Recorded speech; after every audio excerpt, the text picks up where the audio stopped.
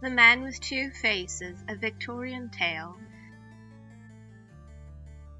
Can you imagine you're going to sleep at night, but another voice and personality keeps you up all night till the break of day, and there's nothing you can do because the other voice and person is directly attached to the very back of your head?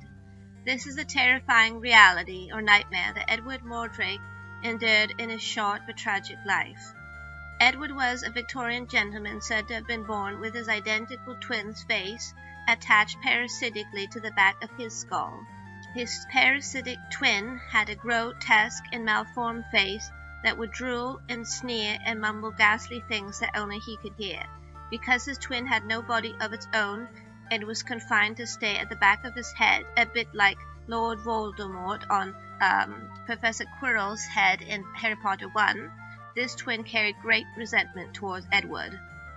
Tragically, the siblings did not get along, and two heads were not better than one in this case.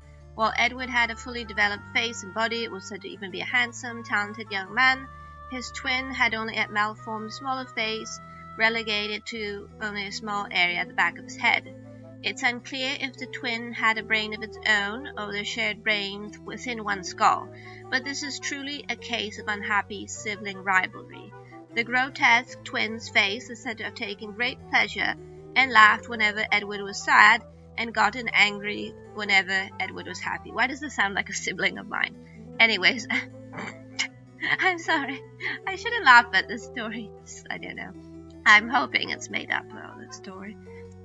Edward Mordrake was said to be so tortured by his sibling that he begged doctors to remove the ghastly face at the back of his head, but nothing could be done, and medicine was not so advanced in the Victorian era. And even now, it's kind of a coin toss whether you can separate two heads or parasitic twins, because they do share a lot of the same blood, and it's very, very dangerous to separate them without one dying, or just it's not easy even now.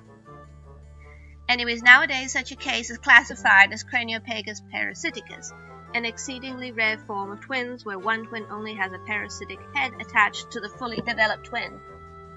The other twin, without its own body, is referred to as a parasitic twin. Edward Mordrake called his parasitic twin his demon face, and yet he could do nothing to get away from his twin and its increasing malignance and hatred of him.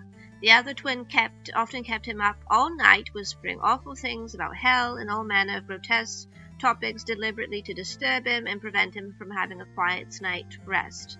Tormented, Edward Mordrake was said to have finally taken matters in his own hands and asked to be interred separately from his twin. Hopefully, the sad young man finally got to sleep in eternity, alone and undisturbed.